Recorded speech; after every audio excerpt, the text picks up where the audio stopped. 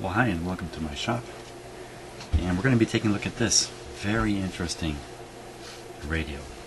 And it's very interesting in that what it's doing is really interesting. So a lady brought this into the shop that I'm at once a week today, and she just picked it up from the shop a week earlier. It's just an AM radio. It was demonstrated to her working in the shop. It's not been through my shop till just now. And she said when she got it home, she could only receive foreign stations. So I was a little bit confused right away.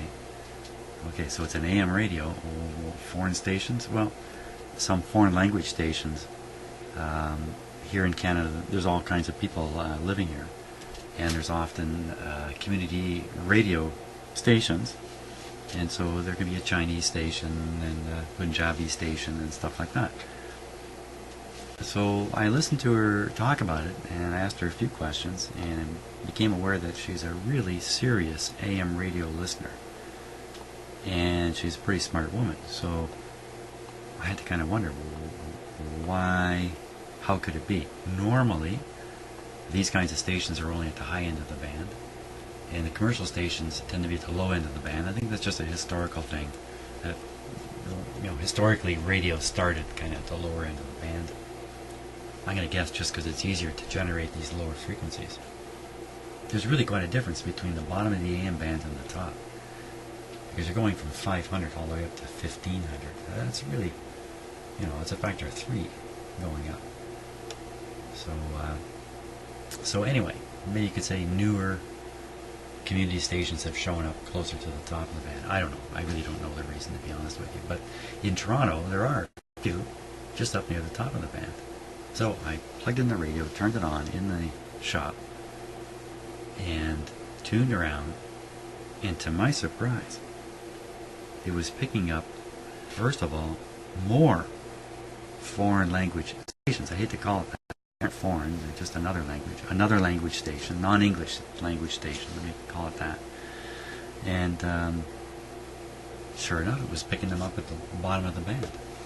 There's nothing there to pick up like that. So that really got my attention as to what could be going on with this radio that it would do that.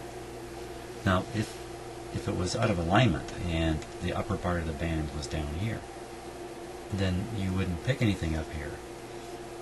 But I did. I picked up what seemed like the regular stations up here. And just oddly enough, nowhere did I pick up an English language station. It's very curious. So I did poke around a little more, and things got so interesting so fast, I thought I got to bring this home in my own shop and shoot a video on this, because I think I, for one, am going to learn an awful lot from this little radio. So let's just take the back off. Yeah.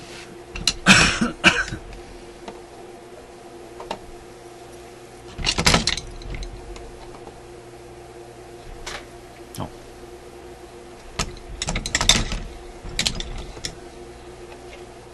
I just put these screws in lightly. I don't need to use a tool.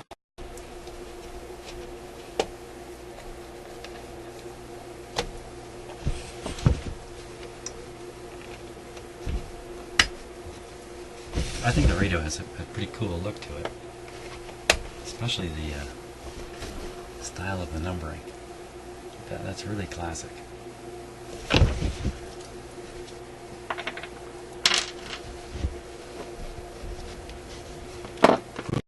Yeah, now there's one screw holding it in.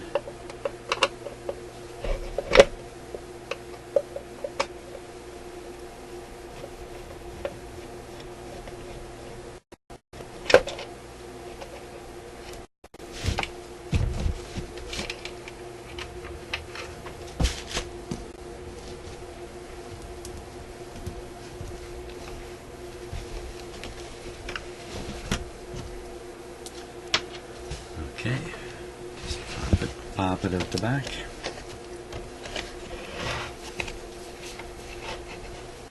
Here it comes.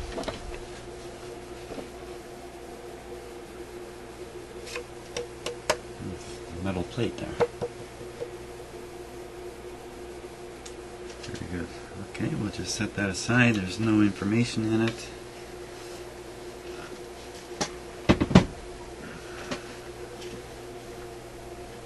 So, it's your basic 5-tube radio.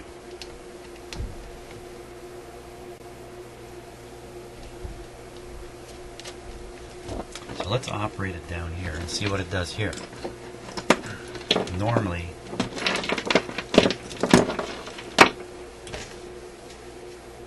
let me clean a few things up here before we start operating another radio. But normally, radios don't work well in my shop here. Got this computer going, and I've got some other stuff you've seen if you've watched my videos on hunting down noise sources in my house. And you know I've got some bad actors right here in my shop. It makes AM radios difficult to operate. These signals are so strong that the real broadcast signals are very weak in comparison. And they just literally get washed over. Okay. So that's likely to happen to this little radio too.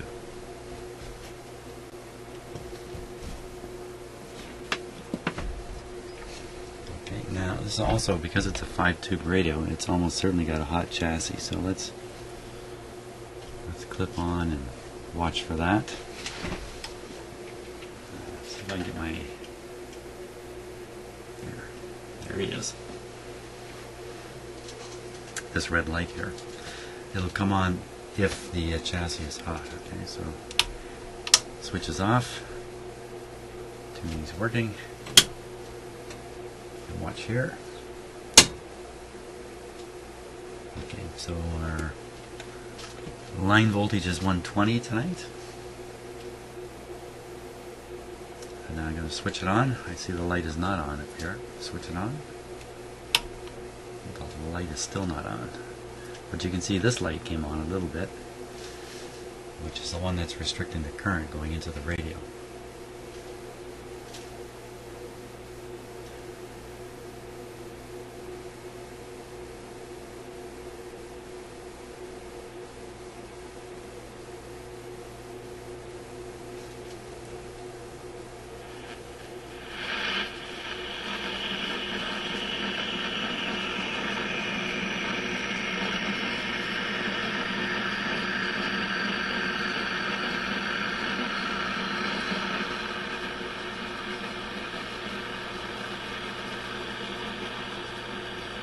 Okay, we'll put it up on full.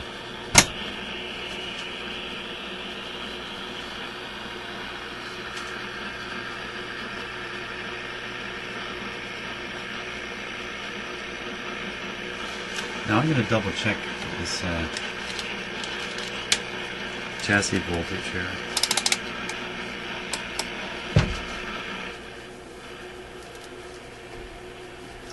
Just because I was a little surprised that light didn't come on one way or the other.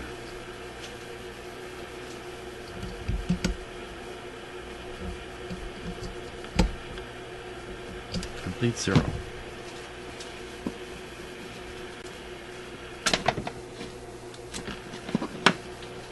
Okay, just reverse the plug. 15.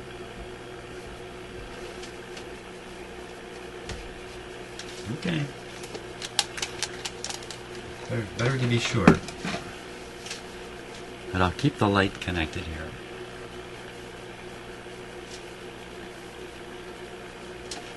And you can rely on me to tell you if it comes on.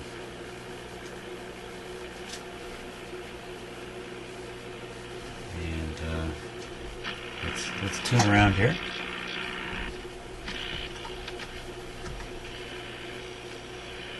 So we're at the high end of the band now. We'll tune down.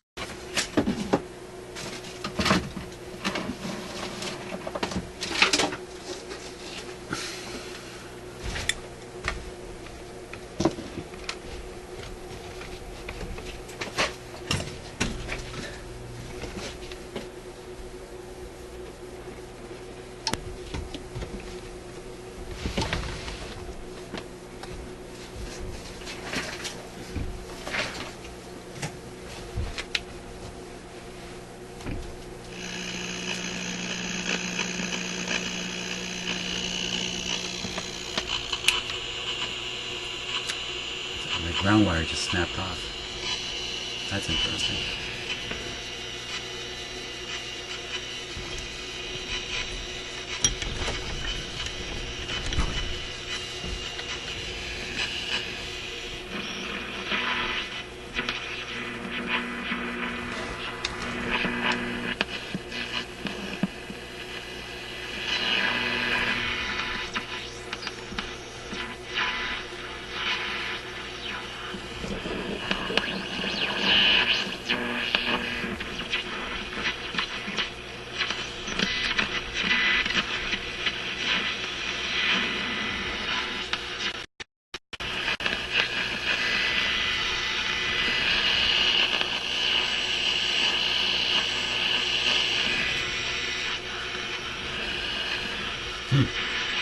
Okay, well that pretty much says to me this radio is receiving no broadcast signals down here in my shop. And clearly all that sound you hear, that's all from obviously the computer stuff and switching power supplies that are operating around me here. So, what should I say next? I guess the next thing I noticed in the shop, because I took a look at this briefly in the shop, and maybe it's time for a bit of a close-up here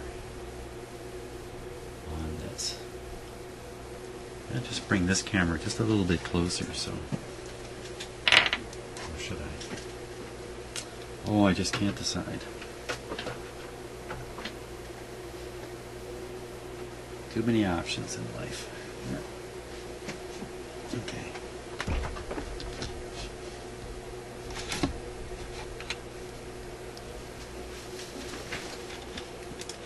Okay, now just bear with me while I focus that camera.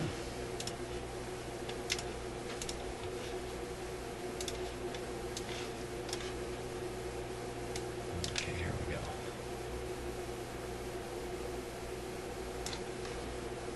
go. Okay, so I think that's going to work. So, what I noticed, I just need a bit of a pointer here.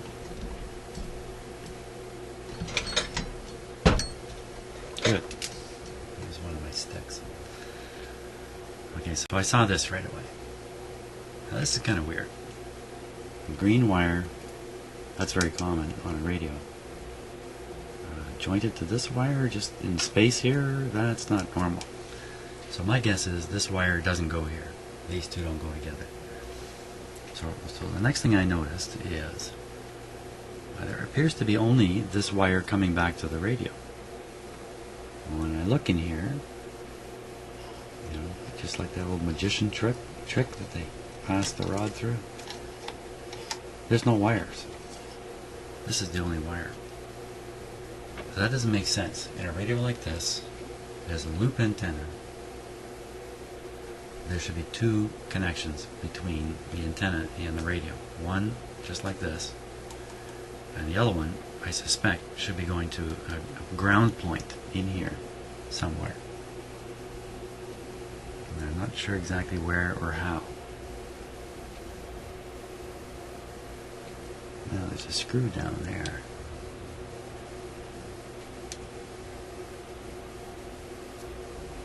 That's kind of interesting. So, what's going on then? Where's the other wire? Well, we look where this green one might have actually gone. It's long enough to reach these connectors, these connection lugs here. And if you look at the middle lug is currently connected to nothing. It's doing nothing, but it has solder on it, and the telltale signs of broken off wire. So I'm guessing this green goes to the center post. It looked really hard. This is just what happened to me in the shop. We discovered that no, that doesn't go nowhere. That lug connects to another wire down here, which is just very hard to see. It goes down into the coil. So now let's count the coil wires. There's one here, turn this way. Sorry if I didn't have that quite right. You have one wire here, two wires here, and the last wire was the one that's up in here. That's a little hard to see. So why are there 4 wires coming from one loop? Well, it's not one loop, it's 2 loops. Almost always these antennas are built with usually a larger loop or more turns loop that is not connected to the radio directly in any way. Often it has a trimmer capacitor across it, and together they are designed to resonate in the band of interest, which is the AM broadcast band that we're tuning. This radio doesn't seem to have a tunable capacitor, but I certainly see this fixed one sitting here. But I think that's there for other reasons. Okay, so, or there's something more missing in the radio. Okay, so that would, and then there's another loop. In this case, I think the 2 loops are so closely wound you can't tell them apart here. It looks like one loop back here. I think part of this is actually another loop. And we should see, it could even be this outside one here. It could be there's one turn outside. Oh wow! This could go around behind and connect somewhere in behind, maybe even under this strap here. That it's kind of blocking the view of where this wire is coming from.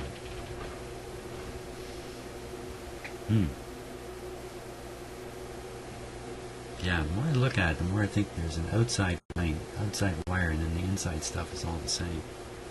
So the inside one would be the one that's not connected to the radio, and the outside one, the single turn once or twice around, would be the one normally connected to the radio.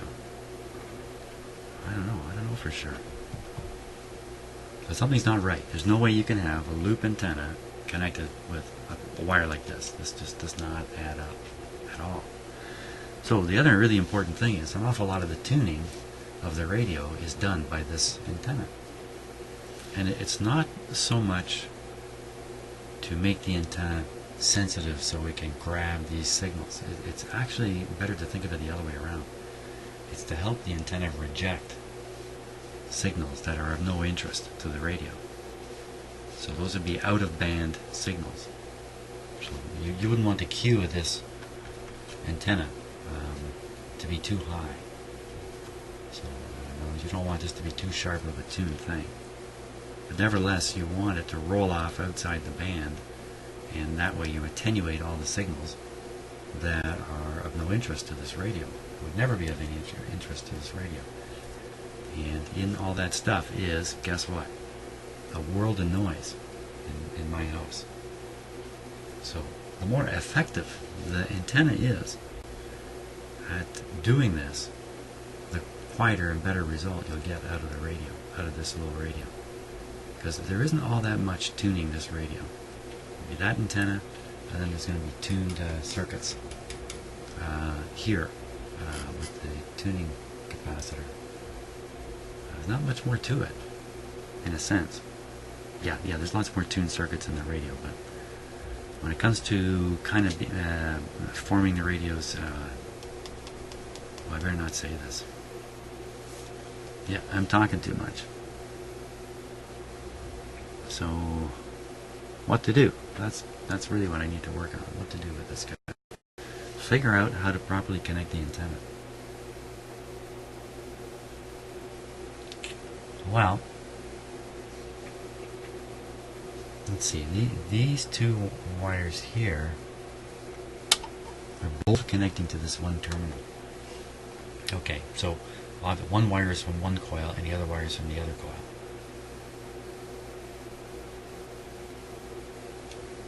So I'm going to guess this wire goes with the outer coil here. And that's this one, well, it doesn't matter which one does it. They're both going to the same place.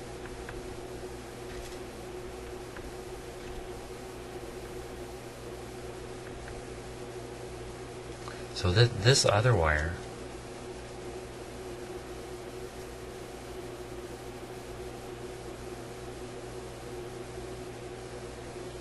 Gee, I don't know.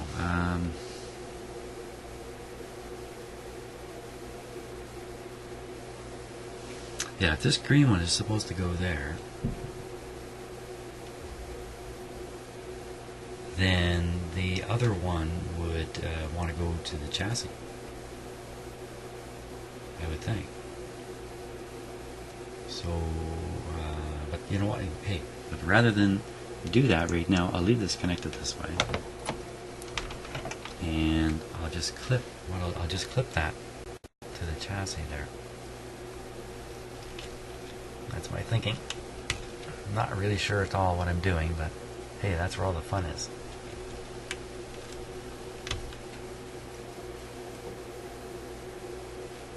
It's too hard of a clip.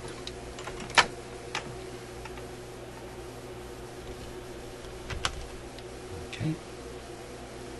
Now, what I'm going to do here is I'm going to basically take the antenna coil and ground it to the chassis. Makes a difference. It's barely on there. Let's see what happens now.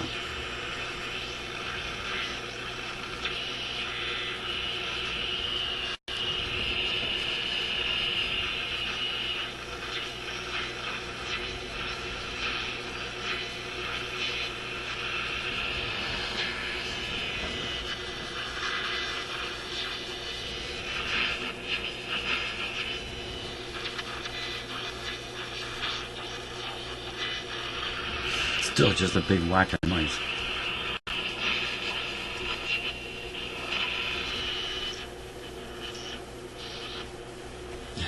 That's a noise signal. Look at, just blanking the radio right out.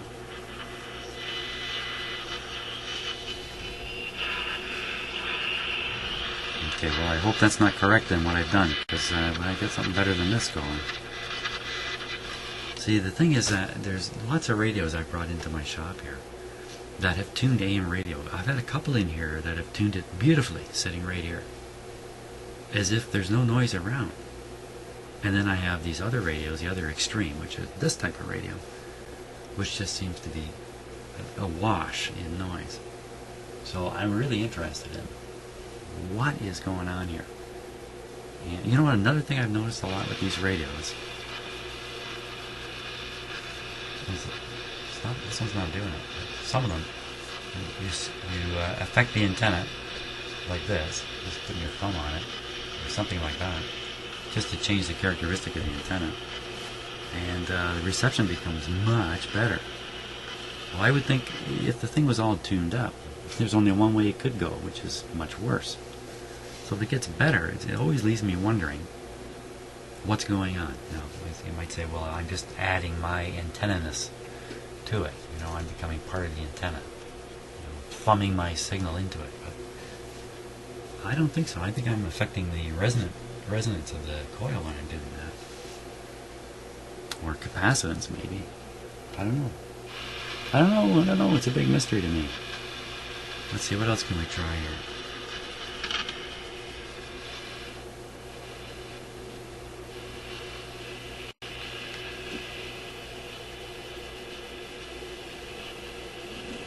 So I think that's the big coil. Now the big coil is usually the one that's not connected to the radio.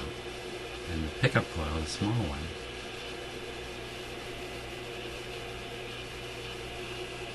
well, I could just simply move this ground point from here to here. Okay, and what will happen now is I'll use the other coil. So this will be grounding the other coil. That's not doing so good.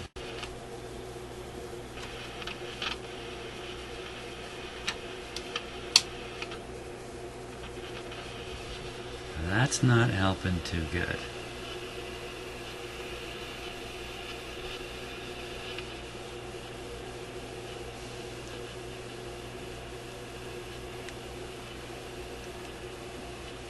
Now the last thing that capacity there, it's probably a 0.01 or something like that. The purpose of that capacitor, as I understand it, is compensates for a little bit of the antenna's inductance, which is helpful to it. And also isolates the antenna from the chassis electrically enough that your shock hazard is reduced, since this is a potentially live chassis radio, even though it hasn't exhibited that. And I'm curious about that part too, why this chassis didn't come live. Well, I think I'm going to hunt down the circuit diagram for this. That'll probably solve this mystery for me. So maybe I'll post this video too. See if anybody has any ideas for me. So thanks a lot for watching.